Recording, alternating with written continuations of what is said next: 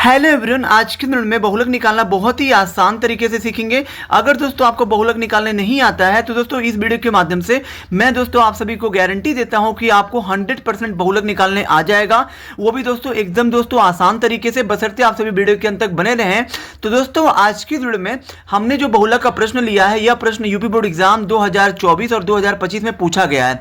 वो भी दोस्तों कुल 6 अंकों में पूछा जाता है। ठीक है, तो चलिए हम लोग इस प्रश्न को फटाफट हल करते हैं। दोस्तों यहाँ देखिए, बहुलक अगर आपका यहाँ पे इस तरह से टेबल बना के दिया हुआ है तो दोस्तों हल जब आप करते हो तो आपको जो हल में कोई भी टेबल बनाने की जरूरत नहीं है, बशर्ते आप सभी को दोस्तों एक जो छोटा काम कर रहा है। अगर आपको बहुलक का ये सूत्र नहीं याद है तो ये जो आपको जो याद होना चाहिए, ठीक है, कि बहुलक बराबर क्या होता है। तो बहुलक बराबर होता है L प्लस कोष्टक में F1 माइनस F0 बटे में 2F1 minus F0 minus F2 कोष्टक बंद गुणे H। ये आपका बहुलक निकालने का सूत्र होता है।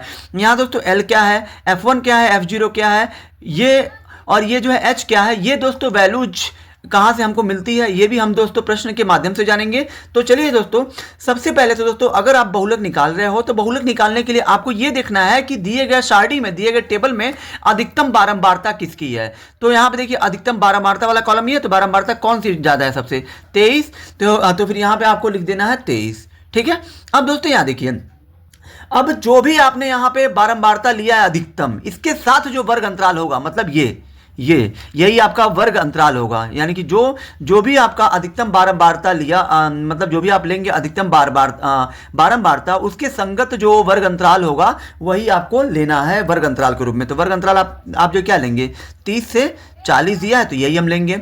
अब यहाँ पे हमें क्या चाहिए, L चाहिए। L का मतलब होता है लोअर लिमिट, यानी कि निम्न सीमा। यानी कि जो आपने यहाँ पे वर्ग अंतराल लिया है ना, इसका जो निम्न सीमा कौन है, 30 है। उच्च सीमा बोलेंगे तो 40 हो जाएगा। तो निम्न का मतलब नीचे, मतलब पहले 30 है, उसके बाद उच्च का मतलब है 40, मतलब जो बाद में है। तो यहाँ पे निम्न सीमा आपका हो जाएगा 30 और यही आपका हो जाएगा L का मतलब है लोअर लिमिट। अब ये हाइट, H फॉर होता है हाइट। हाइट का मतलब अंतर, मतलब वर्ग अंतरालों के बीच का जो अंतर होता है उसी को हम लोग कहते हैं हाइट कहते हैं। तो 30 और 40 के बीच में कितने का अंतर है, 10 का, तो 10 हो गया।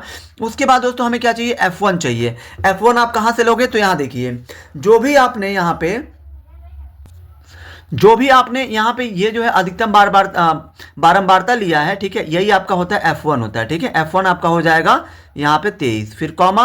F0 क्या होता है, तो यहाँ देखिए F1 के पहले वाला जो होता है ये आपका F0 होता है, F1 के बाद वाला जो होता है ये आपका F2 होता है। तो फिर यहाँ पे F1 के पहले कौन है, F0, यानी कि 21 हो जाएगा। उसके बाद कॉमा, F2 का मान यहाँ पे आपका कितना दिया, 14, तो यहाँ पे रख दीजिए 14। ठीक है, ये सारी वैल्यू मिल चुकी है।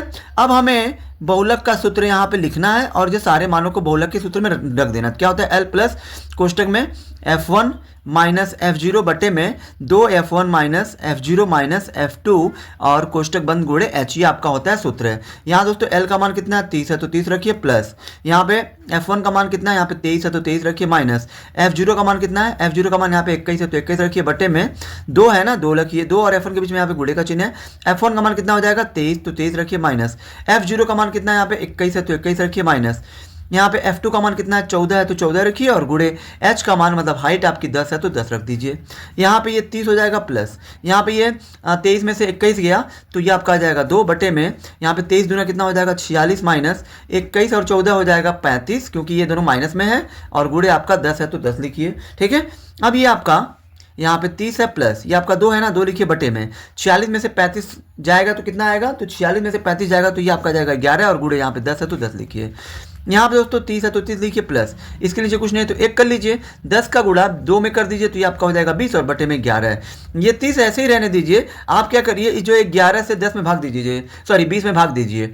इस जो 11 से 20 में भाग दे दीजिए, तो 11 से अगर आप 20 में भाग दोगे तो ये आपका 1.82 आएगा। ठीक है, भाग देखिए आप जो चेक कर सकते हैं, 11 से जब आप 20 में भाग दोगे तो फिर ये 11 का में 11 हो गया, बच्चा 9, दशमलव बढ़ेगा तो 1 0, 11 बटे कितना हो जाएगा 88, फिर 2 बचेगा, दशमलव ऑलरेडी, तो 1 0 बढ़ा के फिर से हम लोग भाग दे सकते हैं, तो 11 कम 11 है। ठीक है, और यहाँ पे कितना बचेगा, 9, दशमलव ऑलरेडी है तो 1 0 और जो 11 बटे कितना हो जाएगा 88।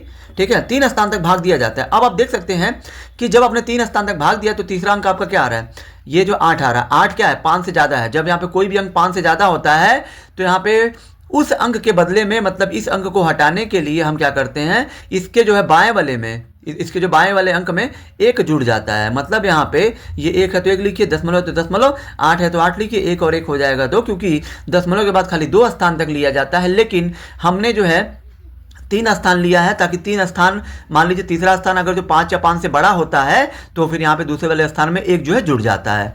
तो ये 30 और 1 हो जाएगा 31 और 0.82 ये हमारा इस प्रश्न का उत्तर होगा, यानी कि 31.82 ये हमारा इस जो प्रश्न का बहुलक होगा। ठीक है, आई होप कि दोस्तों आप सभी को ये वीडियो बहुत ही ज़्यादा पसंद आई होगी। अगर आप हमारे चैनल पर नए हैं तो हमारे चैनल को लाइक, सब्सक्राइब और शेयर जरूर करें, जिससे आने वाली वीडियो की नोटिफिकेशन आपको मिलती रहे।